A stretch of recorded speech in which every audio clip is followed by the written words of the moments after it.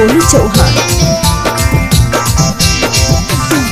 अरे खोदे रंग दादी आइलौ रे, खोदे रंग दादी आइलौ रे, भाग भाग रे बेटा चौधरी आइलौ रे, भाग भाग रे बेटा चौधरी आइलौ रे।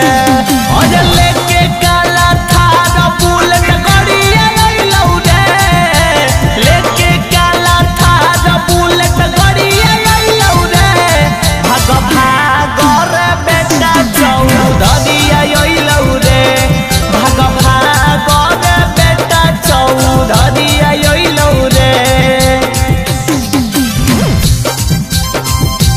चौधरी आइलौ रे, भाग रे बेटा चौधरी आइलौ रे,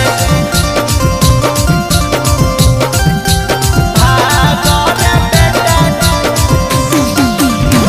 बहरी दिन शांत हलियौ कोई नहीं रंगदारी रे, अहब अकेले बेटा परबौ भाभी रे, परबौ बहरी दिन शांत हलियौ कोई नहीं रंगदारी रे, अहब अकेले बेटा परबौ भाभी रे। अरे ढेर दिन सब चलनी हमर परी आइलौ रे, ढेर दिन सब चलनी हमर परी आइलौ रे, भाग भाग रे बेटा चौधरी आइलौ रे, भाग भाग रे बेटा चौधरी आइलौ रे।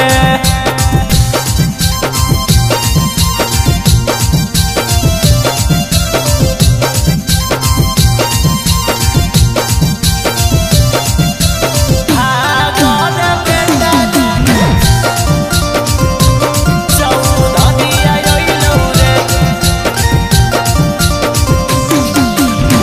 शहर के जिगर